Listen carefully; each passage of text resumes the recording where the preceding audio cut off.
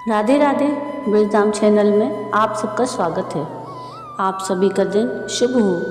आज मार्गशीर्ष मास की शुक्ल पक्ष की पंचमी के उपलक्ष्य में हम श्री पंचमी के व्रत की विधि और व्रत कथा सुनेंगे। श्री पंचमी का पर्व मार्गशीर्ष मास के शुक्ल पक्ष की पंचमी तिथि को मनाया जाता है। इस दिन लक्ष्मी जी की श्री रूप में पूजा की जाती है। देवी लक्ष्मी को श्री का ही एक रूप माना जाता है। दोनों अवतार एक ही हैं। इस दिन लक्ष्मी जी की पूजा का बड़ा महत्व है। इस दिन श्री पंचमी पर देवी लक्ष्मी की पूजा करने से सभी प्रकार के सुख और सौभाग्य की प्राप्ति होती है। धार्मिक मान्यताओं के अनुसार श्री पंचमी का संबंध केवल लक्ष्मी से ही नहीं बल्कि सरस्वती से भी है। पंचमी तिथि को उस दिन से जोड़ा गया है जब श्री पृथ्वी पर अवतरित हुई थी। लक्ष्मी पंचमी का त्यौहार श्री लक्ष्मी और श्री विष्णु के विवाह से भी जुड़ा हुआ है। इस दिन माता सीता और श्री राम के विवाह का उत्सव भी मनाया जाता है। यह दिन अत्यंत उत्साह और भक्ति के साथ मनाया जाता है। तो आइए सुनते हैं मार्गशीर्ष मास में श्री पंचमी की व्रत कथा। जय माँ लक्ष्मी की। एक बार राजा युधिष्ठिर श्री कृष्ण जी से पूछते हैं, भगवान, तीनों लोकों में लक्ष्मी दुर्लभ है, लेकिन व्रत, होम, जप, तप, नमस्कार आदि किस कर्म के करने से स्थिर लक्ष्मी प्राप्त होती हैं? भगवान, आप सब कुछ जानने वाले हैं, इसलिए कृपया कर इसका वर्णन करें। भगवान श्री कृष्ण कहते हैं, महाराज, कहा गया है कि प्राचीन काल में भृगु मुनि की ख्याति नामक स्त्री से लक्ष्मी जी का आविर्भाव हुआ है। भृगु जी ने विष्णु जी के साथ लक्ष्मी जी का विवाह कर दिया था। लक्ष्मी जी भी संसार के पति विष्णु जी को अपने वर रूप में पाकर अपने को कृतार्थ समझने लगी। इसके बाद वे अपने कृपा कटाक्ष से संपूर्ण जगत को आनंदित करने लगी। अब लक्ष्मी जी के प्रभाव से ही प्रजा में क्षेम और सुभिक्ष होने लगा। सभी उपद्रव शांत हो गए। ब्राह्मण हवन करने लगे। देवगण अवश्य भोजन प्राप्त करने लगे। राजा प्रसन्नतापूर्वक चारों वर्णों की रक्षा करने लगे। अब देवताओं को अति आनंद में निमग्न देखकर विरोचन जैसे दैत्यगण लक्ष्मी की प्राप्ति के लिए तपस्या और यज्ञ आदि करने लगे। वे सब सदाचारी और धार्मिक हो गए और फिर दैत्यों के पराक्रम से सारा संसार आक्रांत हो गया। कुछ समय बाद देवताओं को लक्ष्मी का मद हो गया। अब वे शौच, पवित्रता, सत्यता और सभी उत्तम आचार भूलने लगे। देवताओं को सत्य, शील और पवित्रता से रहित देखकर लक्ष्मी जी दैत्यों के पास चली गई और देवगण श्री विहीन हो गए। दैत्य भी लक्ष्मी जी के आने पर बहुत गर्व से भर गए और वह कहने लगे, मैं ही देवता हूँ, मैं ही यज्ञ हूँ, मैं ही ब्राह्मण हूँ, संपूर्ण जगत मेरा ही स्वरूप है। ब्रह्मा, विष्णु, इंद्र आदि सब मैं ही हूँ। इस तरह से दैत्य अहंकार से युक्त होकर अनेकों प्रकार के अनर्थ करने लगे। अब अहंकार से मतिभ्रष्ट दैत्यों की भी यह दशा देख लक्ष्मी जी व्याकुल हो क्षीर सागर में चली गईं। क्षीर सागर में लक्ष्मी जी के प्रवेश करने से तीनों लोग श्री विहीन होने से निस्तेज से हो गए। अब देवराज इंद्र ने अपने गुरु बृहस्पति से पूछा कि महाराज, कोई ऐसा व्रत या अनुष्ठान बताएं जिसके करने से पुनः स्थिर लक्ष्मी जी की प्राप्ति हो जाए। इंद्रराज की बात सुनकर बृहस्पति जी कहते हैं, देवेंद्र, मैं आपको अत्यंत गोपनीय श्री पंचमी व्रत का विधान बतलाता हूँ, जिसे करने से आपका अभीष्ट सिद्ध होगा। ऐसा कहकर देवगुरु बृहस्पति ने देवराज इंद्र को श्री पंचमी व्रत करने की सारी विधि बतलाई। बृहस्पति जी के कहे अनुसार इंद्र ने इस व्रत का विधिवत आचरण किया। देवराज इंद्र को यह व्रत करते हुए देख विष्णु आदि सभी देवता, दैत्य, दानव, गंधर्व, यक्ष, राक्षस, सिद्ध, विद्याधर, नाग, ब्राह्मण, ऋषिगण और राजागण सभी यह व्रत करने लगे। कुछ काल तक यह व्रत करने पर उत्तम बल और तेज पाकर सभी ने विचार किया कि समुद्र को मत कर लक्ष्मी और अमृत को ग्रहण करना चाहिए। इस विचार के आने पर देवता और असुर मंदार पर्वत को मथनी और वासुकी नाग को रस्सी बनाकर समुद्र मंथन करने लगते हैं। मंथन करने पर सबसे पहले शीतल किरणों वाले उज्ज्वल चंद्रमा प्रकट होते हैं। उसके बाद देवी लक्ष्मी प्रकट होती हैं। लक्ष्मी जी के कृपापट कटाक्ष को पाकर सभी देवता और दैत्य परम आनंदित होते हैं। भगवान विष्णु ने इस श्री लक्ष्मी पंचमी का व्रत किया था, जिसके परिणाम से देवी लक्ष्मी ने भगवान विष्णु के वक्ष स्थल का आश्रय ग्रहण किया। इंद्र ने भी इस व्रत को किया था, जिससे उन्हें त्रिभुवन का राज्य प्राप्त हुआ, लेकिन दैत्यों ने तामस भाव से इस व्रत को किया था, इसलिए ऐश्वर्य पाकर भी वे ऐश्वर्यहीन हो जाते हैं। बृहस्पति जी कहते हैं, महाराज, इस प्रकार इस व्रत के प्रभाव से श्री विहीन संपूर्ण जगत फिर से श्री युक्त हो गया। महाराज युधिष्ठिर सारी कहानी जानने के बाद कहते हैं, यद्युत्तम यह श्री पंचमी व्रत किस विधि से किया जाता है, इसे कब आरंभ किया जाता है और कब इसका पारायण होता है, कृपया सब विस्तार से बतलाएं। भगवान श्री कृष्ण कहते हैं, महाराज, यह व्रत मार्गशीर्ष अथवा अगहन मास के शुक्ल पक्ष की पंचमी को किया जाता है। सुबह उठकर शौच आदि से निवृत्त हो स्नान करके इस व्रत के नियम को धारण किया जाता है। इस व्रत में नदी पर स्नान किया जाता है और यदि ना हो तब घर पर ही स्वच्छ जल से स्नान करें। 2 वस्त्र धारण कर देवता और पितरों का पूजन तर्पण कर लक्ष्मी जी का पूजन करें। लक्ष्मी जी की ऐसी मूर्ति अथवा चित्र लगाएं जिसमें वे कमल पर विराजमान हो और उनके हाथ में भी कमल हो, आभूषणों से अलंकृत हों, जिन्हें 4 श्वेत हाथी स्वर्ण कलश के जल से स्नान करा रहे हों। उपरोक्त प्रकार की भगवती लक्ष्मी जी की प्रतिमा अथवा चित्र की निम्नलिखित मंत्रों से पुष्पों द्वारा अंग पूजा करें। ओम चपलाय नमः पादो पूजयामि। ओम चंचलाय नमः जानूनी पूजयामि। ओम कमलवासिन्ये नमः कटि पूजयामि। ओम ख्यातये नमः नाभिं पूजयामि। ओम मन्मथवासिन्ये नमः स्तनौ पूजयामि। ओम ललिताय नमः भुजध्वं पूजयामि। ओम उत्कंठिताय नमः कंठं पूजयामि। ओम माधव्यै नमः मुखमंडलं पूजयामि। ओम श्रियै नमः शिरः पूजयामि।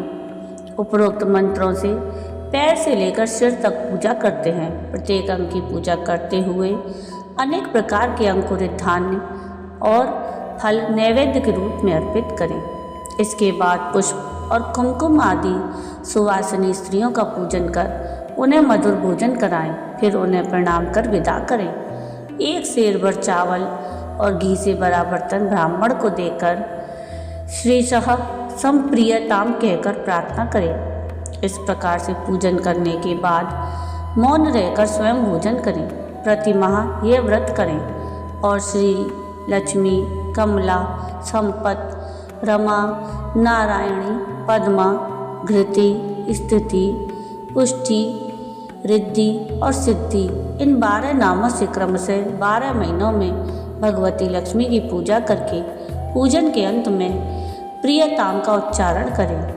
12वें महीने की पंचमी को वस्त्र का मंडप बनाकर कंद और पुष्पों से उसे अलंकृत कर उसके मध्य शैया पर उपकरणों सहित भगवती लक्ष्मी की मूर्ति स्थापित करें। 8 मोती, नेत्रपट्ट, सप्तधान्य, खड़ाऊं, जूते, छाता, अनेक प्रकार के पात्र और आसन वहाँ पर रखें। उसके बाद लक्ष्मी जी का पूजन करके वेद वेदता और सदाचार ब्राह्मण को सावत्सा गौ सहित ये सारा सामान प्रदान करें। यथाशक्ति ब्राह्मणों को भोजन करा उन्हें दक्षिणा दें। अंत में भगवती लक्ष्मी से रिद्धि की कामना से निम्न प्रकार से प्रार्थना करें। क्षीराब्धि मथ नो धुते विष्णोवर्चः स्थलालये सर्वकामप्रदे देवी रिद्धि यक्ष नमोस्तुते। इसका अर्थ है कि देवी आप क्षीर सागर के मंथन से प्रकट हुई हैं। भगवान विष्णु का वक्षस्थल आपका अधिष्ठान है। आप सभी कामनाओं को प्रदान करने वाली हैं, अतः मुझे भी आप रिद्धि प्रदान करें। आपको नमस्कार है। जो भी इस विधि से श्री पंचमी का व्रत करता है वह अपने 21 कुलों के साथ लक्ष्मी लोक में निवास करते हैं। जो सौभाग्यवती स्त्री इस व्रत को करती है वह सौभाग्य, रूप, संतान और धन से संपन्न होती है और पति को प्रिय होती है।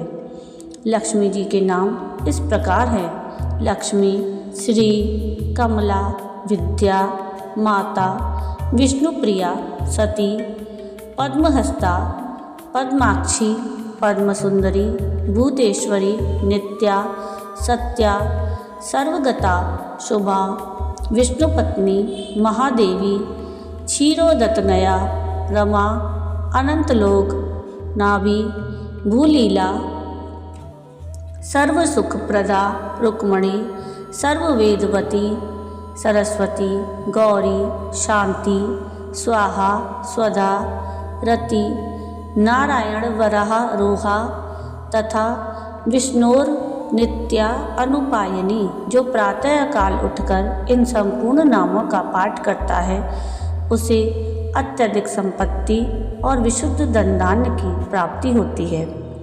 जिनके श्री अंगों का रंग स्वर्ण के समान सुंदर और गौर है, जो सोने चांदी के हीरों से सुशोभित रहती हैं और सबको आह्लादित करने वाली हैं।